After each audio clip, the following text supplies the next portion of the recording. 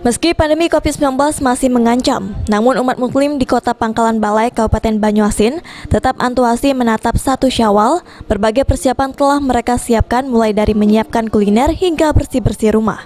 Jelang perayaan Idul Fitri, ibu-ibu rumah tangga sudah mulai disibukkan dengan aktivitas memasak beragam macam kuliner khas, mulai dari rendang, ketupat hingga makanan khas Bugis, bongkol dalam istilah masyarakat Pangkalan Balai.